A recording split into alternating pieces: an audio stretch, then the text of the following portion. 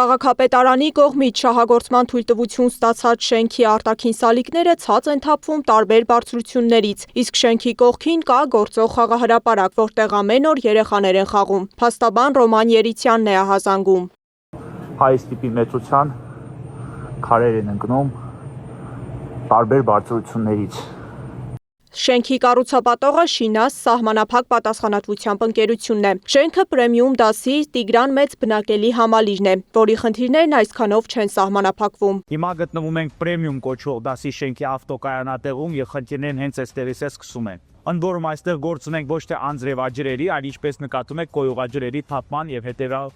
արմատակների հետ։ Խոնավացած պատշգամբներ, սահմանված 2 մետրի փոխարեն 50 սանտիմետր խորությամբ լողավազան, կառուցապատողի կողմից ինքն իրեն օտարված կաթսայատուն։ Պրեմիում դասի շենքի բնակարանների արժեքն 8 միլիոն դրամ է։ Քննչական կոմիտեն կառուցապատողի խախտումների վերաբերյալ նախաձեռնել է քրեական վարույթ։